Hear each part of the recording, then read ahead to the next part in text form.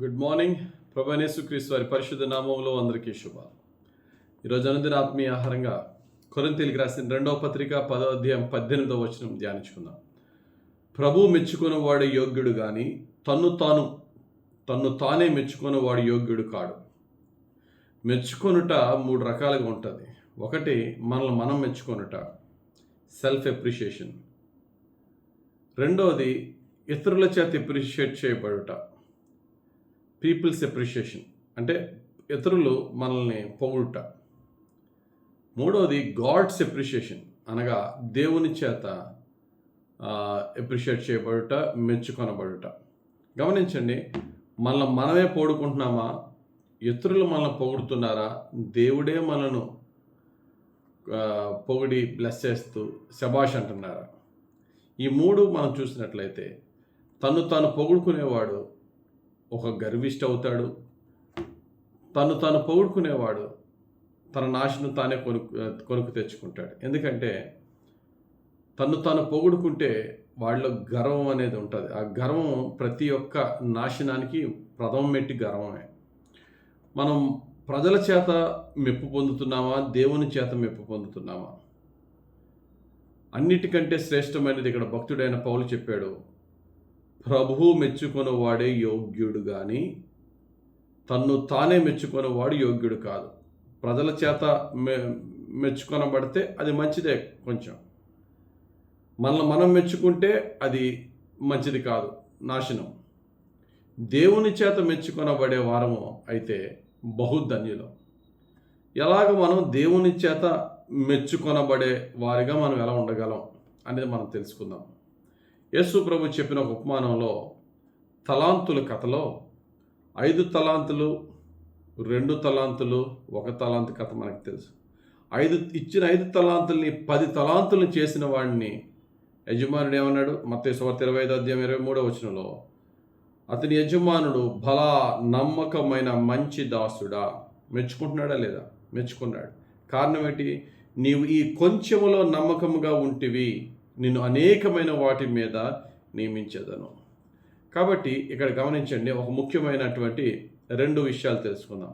దేవుని చేత మెచ్చుకొనబడాలంటే మనలో ఏముండాలి? దేవుని చేత మెచ్చుకొనబడాలి అంటే మనలో ఏముండాలి? 2. ఒకటి విశ్వాసము, 2 విశ్వసనీయత, ఫెయిత్ అండ్ ఫెయిత్ఫుల్నెస్. దేవుని నమ్ముకొనడం, ఆ నమ్ముకున్న దేవునికి నమ్మకంగా ఉండడం. మనకి ఎంత ఉంది, దేవుడు ఎంత ఇచ్చాడు కాదు, ఇచ్చిన దాంట్లో ఇందాక ఇక్కడ చదవబడిన వాక్యంలో ఆ యొక్క యజమానుడు తన యొక్క సేవకుడు అంటున్నాడు, నీవు ఈ కొంచెంలో నమ్మకంగా ఉన్నావు. దేవునికి మనము నమ్మకంగా ఉండాలండి. దేవుడిచ్చిన కొంచెములైనా అందులో నమ్మకంగా ఉండాలి. ఈ కొంచెములో నువ్వు నమ్మకంగా ఉన్నావు, నేను అనేకమైన వాటి మీద నేను అధిపతిగా చేస్తాను. దేవుడే అనేకమైన వాటి మీద అంటే ఖచ్చితంగా మన ఊహకు మించిన స్థితికి హెచ్చిస్తాడు, మనం కొంచెంలో నమ్మకంగా ఉంటాం. అలాగే 7 సంఘాల్లో, ప్రకటన గ్రంథంలో 7 సంఘాల్లో 7వ సంఘమైన ఫిలదెల్ఫియా సంఘాన్ని దేవుడు మెచ్చుకున్నప్పుడు ఏమన్నాడు చూద్దాం.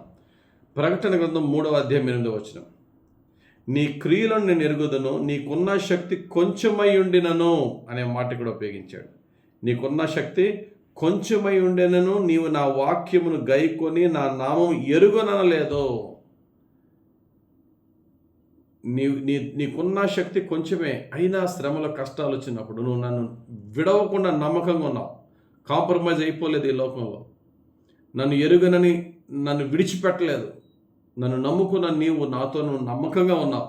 కాబట్టి నేను సమస్త ప్రపంచం మీదకి శ్రమ వచ్చినప్పుడు నేను కాపాడుతానని ఫిలదెల్ఫియా సంఘానికి దేవుడు బహుగా ఆయన వాగ్దానం ఇచ్చి దీవించాడు. ఏంటట? నీలో నా నమ్మకత్వం నాకు నచ్చింది. కష్టమైన, శ్రమైన, శోధనైన, దుఃఖమైన నన్ను విడవకుండా నమ్మకంగా ఉన్నావే, నీకున్న కొంచెం శక్తి అయినా. దేవుడు మోషేని మెచ్చుకుంటాడు. ఏమంటాడండి? నా ఇల్లంతటిలో మోషే ఎవడట? నమ్మకమైన వాడు. హెబ్రీలు రాసిన పత్రిక 3వ అధ్యాయం 2వ వచనం, దేవుని ఇల్లంతటిలో మోషే నమ్మకముగా ఉండినట్టు. కనుక దేవుని చేత మెచ్చుకోబడ్డ మోషే కానీ, ఫిలదెల్ఫియా సంఘం కానీ, 5 తలాంతుల్ని 10 తలాంతులు చేసిన దాసుడు కానీ, వీరిలో కామన్గా కనబడేది ఏంటండి? నమ్మకత్వము, యథార్థంగా దేవుని దగ్గర ఉండుట. నమ్మకమైన వారిని దేవుడు మెచ్చుకుంటాడు. రెండవది విశ్వసనీయతతో ఉన్నవారు ముందైతే, రెండోది విశ్వాసం కలిగిన వారిని మెచ్చుకున్నాడు దేవుడు. బైబిల్లో విశ్వాసం కలిగిన వారిని మెచ్చుకున్న సందర్భాలు చాలా ఉంటాయి. ఉదాహరణకి శతాధిపతి, సెంచూరియన్, ప్రభువా నువ్వు నా ఇంటికి రావద్దయ్యా, ఒక్క మాట సెలవిస్తే నా దాసుడు బాగుపడతాడు. ఇశ్రాయేలీయులైన ఇంత గొప్ప విశ్వాసము లేదని చెప్పి అతని విశ్వాసాన్ని బట్టి దేవుడు అతను మెచ్చుకున్నాడు. శతాధిపతి గురించి మత్తయి సువార్త 8:10 ఉంటుంది. రెండవది కానాను స్త్రీ. వీళ్ళిద్దరు అన్యులే, కానీ వీరికున్న విశ్వాసం గొప్పది. కానాను స్త్రీ అంటది, అయ్యా నా బిడ్డను బాగు చేయవంటే నేను ఇశ్రాయేలు గురించి వచ్చాను, పిల్లలకు పెట్టవలసిన రొట్టె తీసుకెళ్ళి కుక్క పిల్లలకి పెట్టను కదా అంటే, కుక్క పిల్ల కూడా బలం మీద నుంచి వచ్చే రొట్టె ముక్కల గురించి ఆశిస్తున్నాయి కదా ప్రభు, అలాగే నేను ఆశిస్తున్నాను అన్నప్పుడు ఆ యొక్క స్త్రీని చూచి యేసు ప్రభు అన్నమాట మత్తయి సువార్త 15:28 అందుకు యేసు, అమ్మా నీ విశ్వాసం గొప్పది. శబాష్ అన్నాడంతే. నీ విశ్వాసం గొప్పది, నీవు కోరినట్టే నీకు అవునుగాక అని ఆమెతో చెప్పిన ఆ గడియలోనే ఆమె కుమార్తె స్వస్థత. ఆమెకున్న విశ్వాసం ఏంటంటే, దేవుడు ఖచ్చితంగా, యేసు ప్రభు ఖచ్చితంగా కార్యం చేస్తాడని, తిట్టినా పడదాం పుట్టినా పడదాం, నా బిడ్డ బాగుపడాలి. ఆమెకున్న విశ్వాసాన్ని బట్టి దేవుడు ఆమెను మెచ్చుకున్నాడు. శతాధిపతి అయినటువంటి ఆ యొక్క సెంచురియన్, ఆ శతాధిపతికి ఉన్న విశ్వాసాన్ని బట్టి దేవుడు శబాషుని మెచ్చుకున్నాడు. అలాగే విశ్వాసముతో పాటు విశ్వాసనీయత కలిగిన వారిని కూడా దేవుడు మెచ్చుకున్నాడు. నమ్మకముగా దేవుని వెంబడించుట. మోషే యొక్క విశ్వాసనీయత దేవునికి నచ్చింది. అతని విశ్వాసనీయతను బట్టి నువ్వు పేదవాడవా, గొప్పవాడవా, కొంచెమే శక్తి గలవాడవా, శ్రమ వచ్చిందా, కష్టం వచ్చిందా, అయినా విడవకుండా విశ్వాసముతోనూ విశ్వాసనీయతతోనూ నమ్మకముతోనూ నమ్మకముగా యేసయ్యను వెంబడిస్తే యేసయ్య ద్వారా శబాష్ అనిపించుకునే ప్రభువు చేత ప్రభువు మెచ్చుకొనువాడే యోగ్యుడు అన్నాడు. చూసారండి పౌలు గారు. అలాగే ప్రభువు చేత మెచ్చుకొనబడే ధన్యత మనం పొందుకుందాం. దేని ద్వారా అండి? నమ్మకము ద్వారా, ప్రభువుని నమ్మకంగా వెంబడించుట ద్వారా. దేవుడి వాక్యం మనందరి జీవితంలో నెరవేర్చును గాక. ఆమేన్. పరిశుద్ధుడా, ప్రేమ కలిగిన తండ్రి, నిన్ను వెంబడించుటలో వెనుదిరగకుండా వెంబడించుటకును, నాయన మేము అనుకున్నట్టుగా జరగకపోయినను నీవు ఖచ్చితంగా కార్యం చేసేవాడమని నీ అందు గొప్ప విశ్వాసముతో నీ తగిన సమయం కొరకు ఎదురు చూచువారముగాను, అలా చూచి నీ ద్వారా మెచ్చుకొనబడే విశ్వాసము విశ్వాసనీయతతో మేము జీవించే భాగ్యము, నీ చేత మెచ్చుకొనబడే ధన్యత మాకు దయచేయమని, ఏ రోజైనా నీ కొరకే బ్రతికే జీవితం దయచేయమని యేసు నామములో ప్రార్థించి వేడుకొంచున్నాం తండ్రి.